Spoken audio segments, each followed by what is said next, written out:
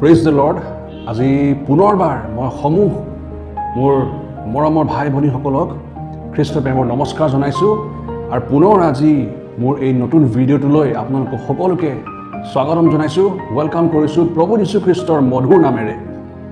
হয় প্ৰিয়সকল, আজি মই যিটো টপিক আপোনালোকলৈ বুলি মানিছোঁ, এটা গুৰুত্বপূৰ্ণ বিষয় যিটোক আজি বহু খ্ৰীষ্টীয় লোকসকলে অৱহেলা কৰে।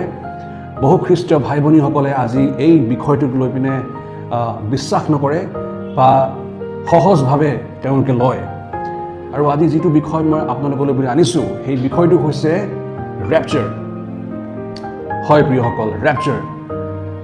মই ভাবোঁ আজি আমাৰ সমাজত আমাৰ বিশ্বাসী ভাই ভনীসকলে বহুতে ৰেপচাৰৰ বিষয়ে শুনিছে, ৰেপচাৰ নামটো শুনিছে, কিন্তু হয়তো বহু লোকে হয়তো এই ৰেপচাৰ মানে কি বা এই ৰেপচাৰৰ অৰ্থ কি তেওঁলোকে হয়তো নাজানিব পাৰে।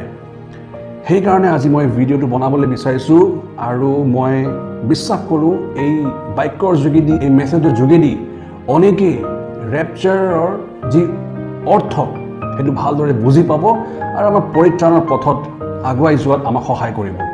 চ' মই গিলবাৰ্ট আজি পুনৰবাৰ হাৰ্ভেষ্ট ইউথ মিনিষ্ট্ৰী হৈ সকলোকে প্ৰভু যীশু খ্ৰীষ্টৰ মধুৰ নামেৰে ৱেলকাম কৰিছোঁ আৰু আজিৰ ভিডিঅ'টো আৰম্ভ কৰোঁ হওক।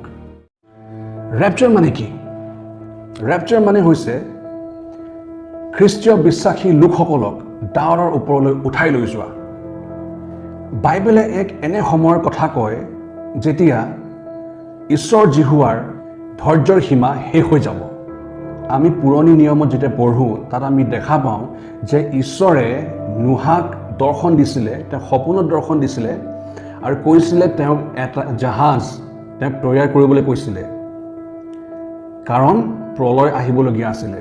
প্ৰলয় আহিছিলে, বানপানী হ'বলগীয়া আছিলে, গোটেই পৃথিৱী ধ্বংস হ'বলগীয়া আছিলে। ঈশ্বৰে সেই লোকসকলক নোহাৰ যোগেদি সতৰ্ক কৰিছিলে বহু সময়লৈকে। তাৰপিছত ঈশ্বৰে প্ৰলয় পঠালে। ঠিক সেইদৰে নতুন নিয়মতো এটা এনে সময় আহিব যেতিয়া ঈশ্বৰ যীহুৱাৰ ধৈৰ্য সীমা অতিক্ৰম কৰিব প্ৰিয়সকল। কিন্তু এই পৃথিৱীত প্ৰলয়টো নাহে, কিন্তু 7 বছৰৰ এক গভীৰ ক্লেশ নামি আহিব প্ৰিয়সকল। তাৰ আৰম্ভ এক খ্ৰীষ্টীয় বিৰোধী অধিকাৰী বা শাসনকৰ্তাৰ আগমনৰ দ্বাৰা হ'ব। সেই খ্ৰীষ্টীয় বিৰোধী অধিকাৰীজনে গোটেই সংসাৰত তেওঁৰ শক্তি দেখুৱাব আৰু সমগ্ৰ পৃথিৱীত তেওঁ ৰাজত্ব কৰিব। সেই সময়ত প্ৰিয়সকল যীহুৱাৰ ক্ৰোধ বৰষিব। কিন্তু যেনেকৈ নোহাৰ দিনত হৈছিলে, যিবিলাক নোহাৰ জাহাজত উঠি গৈছিলে, যেনে নোহা, তেখেতৰ ভাৰ্যা, নোহাৰ 3জন সন্তান পুত্ৰ আৰু তেওঁলোকৰ পুত্ৰৰ 3গৰাকী ভাৰ্যা, তেওঁলোকেতো নিজৰ জীৱন বচাবলৈ সামৰ্থ্য হ'ল, কাৰণ ঈশ্বৰৰ যি কথা আছিলে, ঈশ্বৰৰ যি দৰ্শন আছিলে, সেই দৰ্শনৰ ওপৰত তেওঁলোকে বিশ্বাস কৰিলে।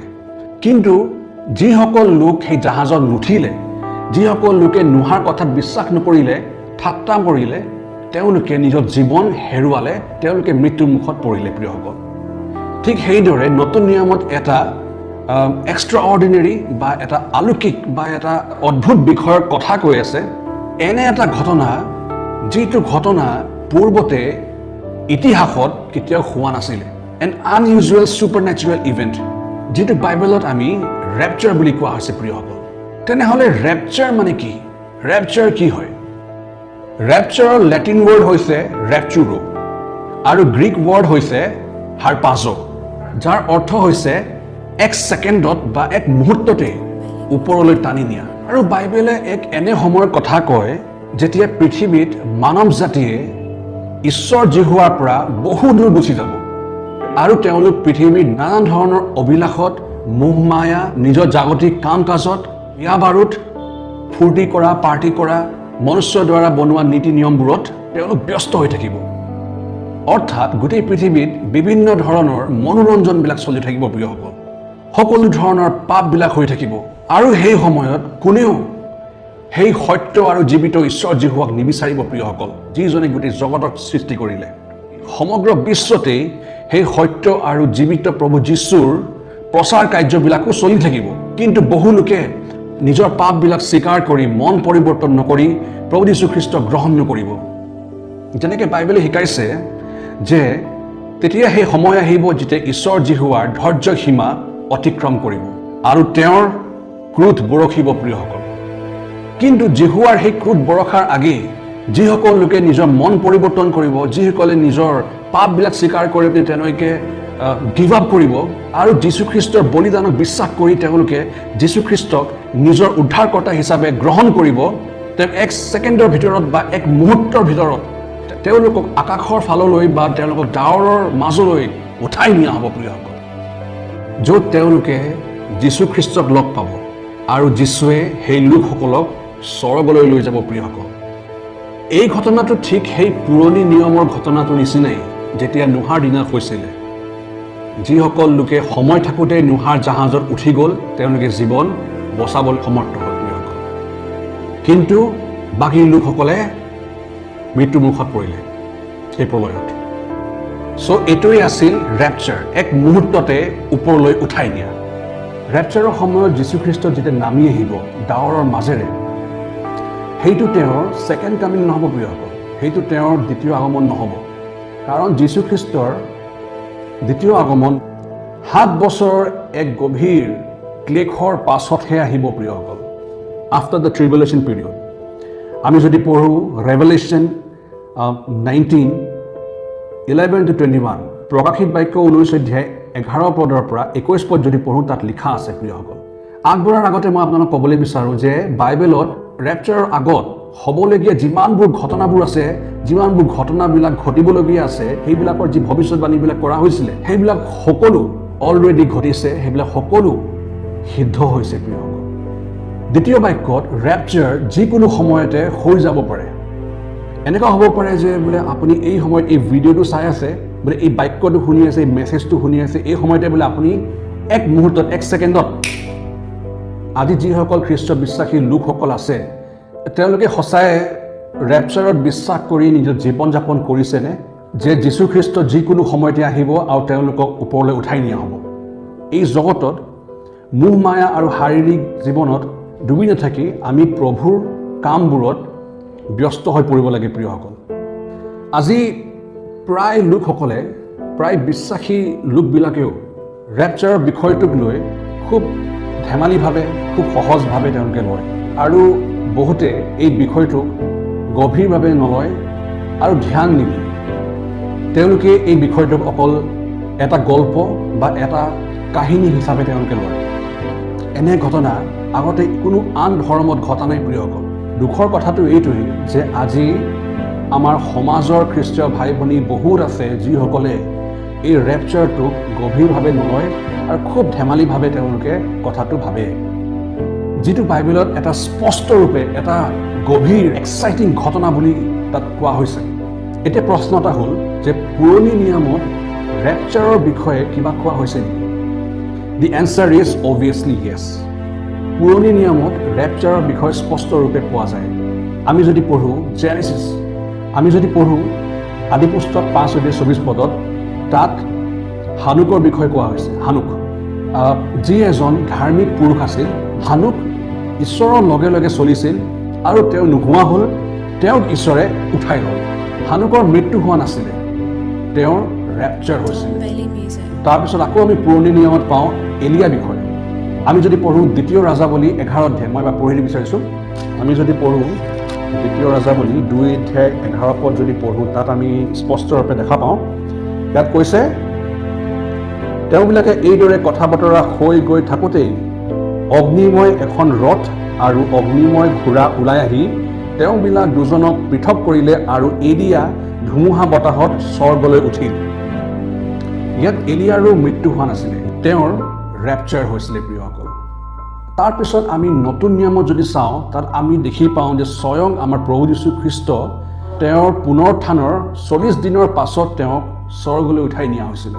আমি যদি পুনৰ পঢ়োঁ এক্স চেপ্টাৰ 19, আমি যদি পঢ়োঁ পাচনি কৰ্ম 1:9 পদ, আমি পাওঁ যে এই কথা কলত তেওঁলোকে চাই থাকোঁতেই তেওঁক ওপৰলৈ নিয়া হ'ল আৰু তেওঁলোকৰ চকুৰ আগৰে পৰা তেওঁক মেঘে ল'লে।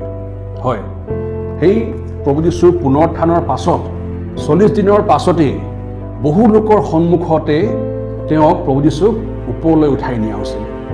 মনুষ্যৰ শৰীৰৰ সৈতে ডাৱৰলৈ উঠাই নিয়াৰ বিষয়ে বাইবেলত আমি স্পষ্টৰূপে আমি দেখা পাইছোঁ, যাক আমি ৰেপচাৰ বুলি কওঁ।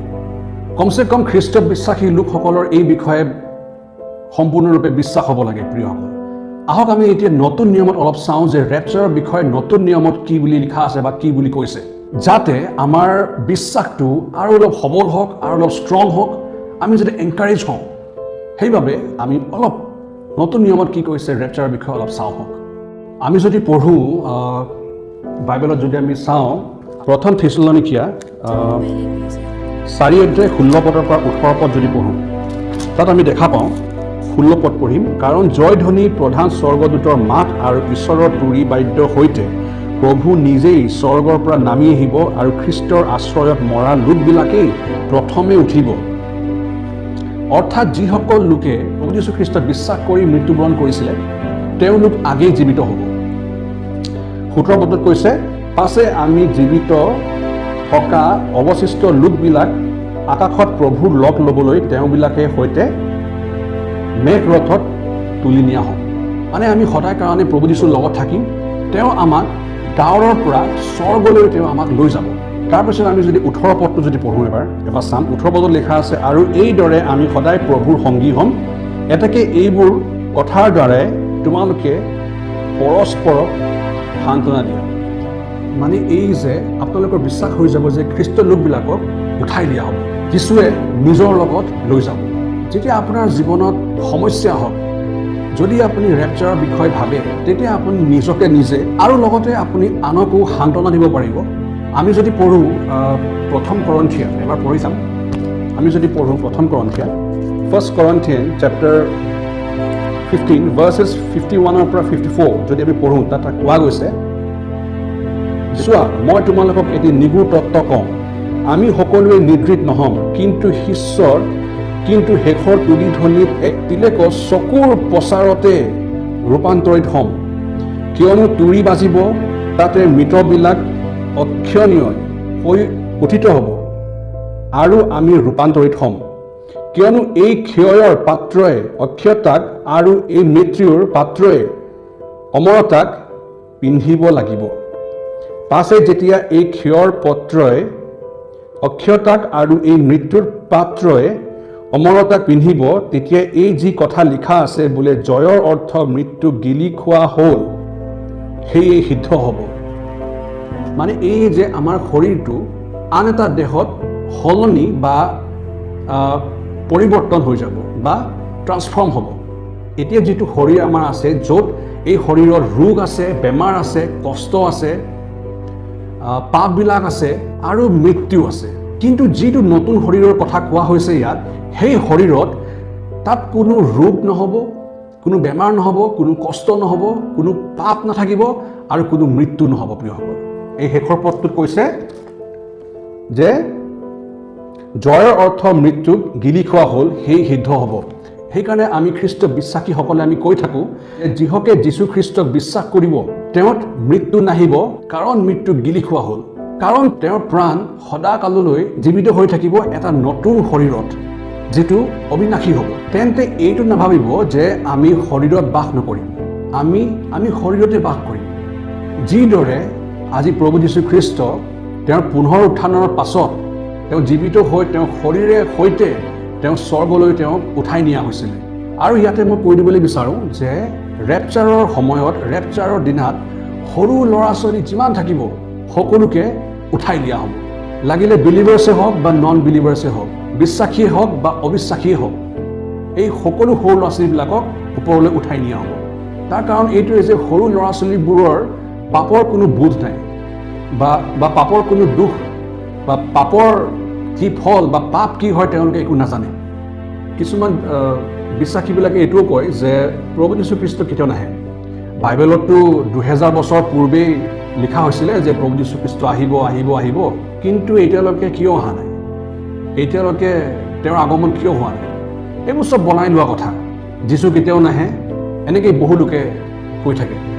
ইয়াৰ উত্তৰ এইটোৱে যে মনুষ্যক যিমান সময় দিয়া হৈছিল প্ৰভু যীশু খ্ৰীষ্ট নহালৈকে, তেওঁৰ আগমনৰ আগলৈকে, সেইটো প্ৰায় সিদ্ধ হ'বলৈ গৈ আছে প্ৰিয়সকল। আৰু সেইটো আমি স্পষ্টৰূপে বাইবেলত আমি পাওঁ। যীশুৱে এটা সংকেত দিছিলে বা তাত এটা মাৰ্ক, এটা চাইন, এটা চিম্বল তেওঁ এটা দিছিলে দ্বিতীয় আগমনক লৈ। আমি সেই বেচিছত আমি শেষৰ দিনৰ শেষৰ কালত আমি উপস্থিত হৈছোঁ।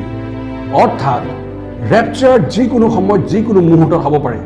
যীশুৱে কৈছিলে মথি লিখা সুবাৰ্তা 24:6-7 যদি এবাৰ পঢ়ি দিওঁ, তাত কৈছে, আৰু তোমালোকে ৰণৰ কথা আৰু যুদ্ধৰ সম্ভাৱনা বাতৰি শুনিবা, সাৱধান হোৱা, ব্যাকুল নহবা, কিয়নো এইদৰে ঘটিব লাগে, কিন্তু কেতিয়াও শেষ নৈ হয়। জাতিৰ বিৰুদ্ধে জাতি, ৰাজ্যৰ বিৰুদ্ধে ৰাজ্য উঠিব, আৰু ঠায়ে ঠায়ে আকাল আৰু ভূমিকম্প হ'ব। হালেলুয়া।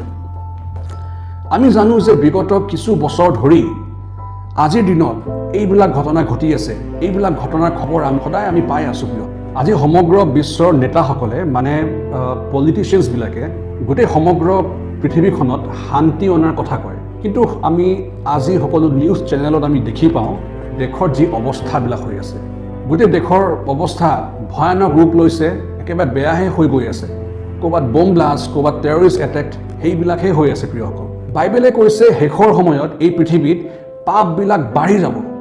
যেনে আমি যদি পঢ়োঁ 2 তিমথিয় 3:1 পৰা যদি আমি পঢ়োঁ, এবাৰ পঢ়ি দিম।